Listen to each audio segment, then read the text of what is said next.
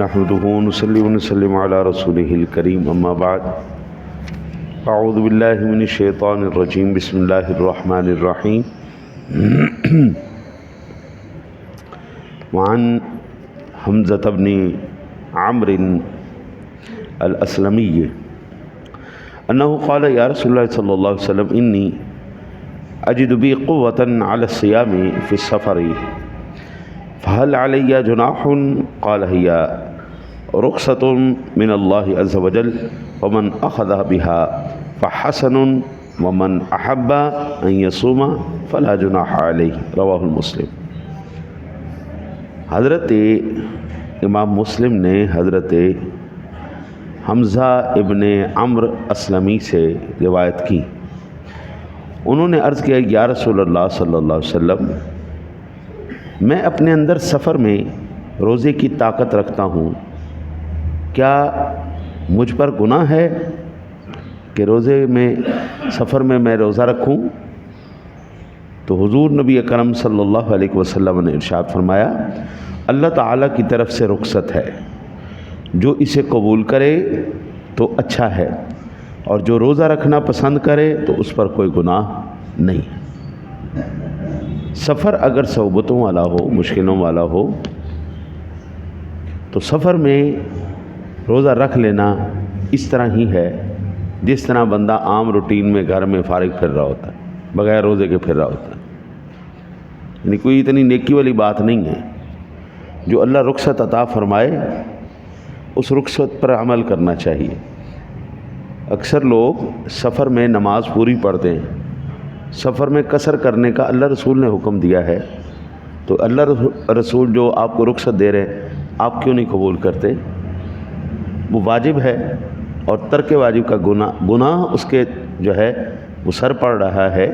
بھئی اللہ اور اس کے رسول نے آپ کو ایک اجازت دی ہے تو آپ اس کو پورا کرو، الا یہ کہ سفر اپنی گاڑیاں پرسکون گاڑیاں یہ معاملات ہوں تو، اور اس میں کوئی مشقت نہ ہو تو پھر اس میں کوئی حرج والی بات نہیں ہے۔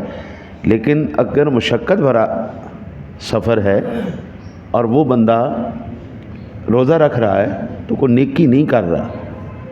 یہ میرے آقا جی علیہ الصلوۃ والسلام کا ابن ماجہ شریف میں فرمان ہے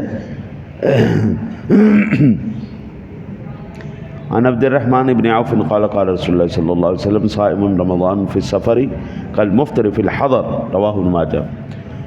حضرت عبد الرحمن ابن عوف فرماتے ہیں رسول اکرم صلی اللہ علیہ وسلم نے ارشاد فرمایا کہ سفر میں رمضان کے روزے رکھنے والا ایسا ہے جیسا گھر میں افطار کرنے والا۔ گھر میں اس نے روزہ نہیں رکھا، ایسے چل رہا ہے، بس سفر میں وہ ایسے ہی۔ اللہ تعالیٰ جب کوئی چیز عطا فرمائے نا جی، یہ اس کی طرف سے صدقہ، عنایت، رحمت، کرم، فضل، آپ جو بھی سمجھے، اس کو قبول کرنا چاہیے۔ اس میں بندہ پھر اپنی اکڑ یا اپنا تقوی اپنا اظہار نہ کرے۔ تقوی وہی ہے، عبادت وہی ہے، دین وہی ہے، شریعت وہی ہے جو رسول اکرم صلی اللہ علیہ وسلم کے حکم پر عمل کرے، اسی کو ہم شریعت کہیں گے۔ اللہ رسول کا حکم پورا ہو گیا، سبحان اللہ۔ پتھروں کو چومنا دانائی نہیں ہوتا۔ بندر پتھر اٹھا کے شروع کر دے، واہ جی کیا بات، دانائی تو نہیں ہے نا پتھروں کو چومنا۔ لیکن جب حجر اسود آ جائے پھر اس کو چومنا ہے،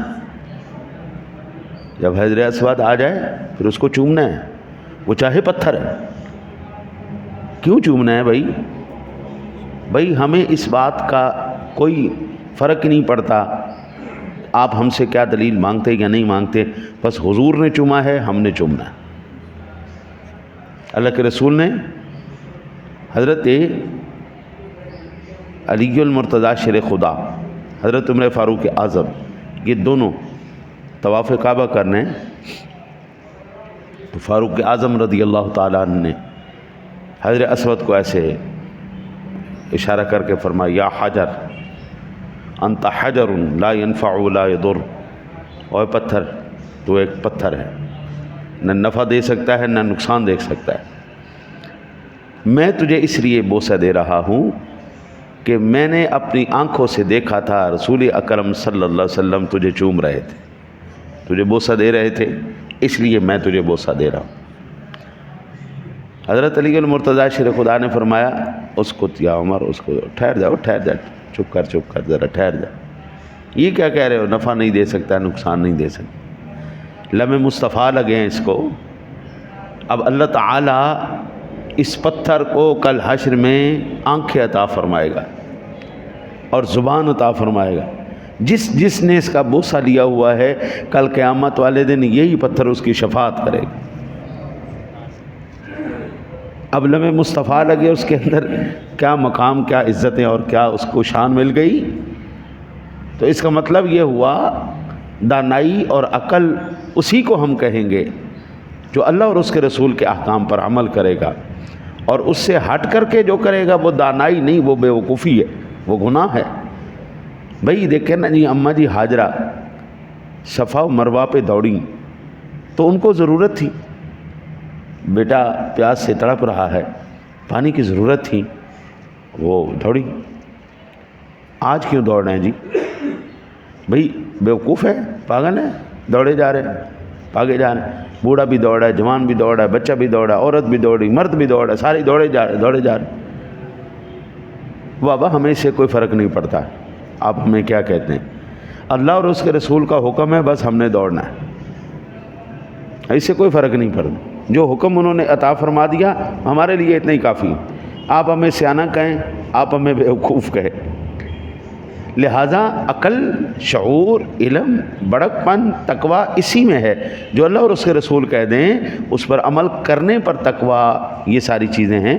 اور اگر یہ چیزیں نہ ہوں تو بابو تقویٰ کوئی ایسی چیز نہیں۔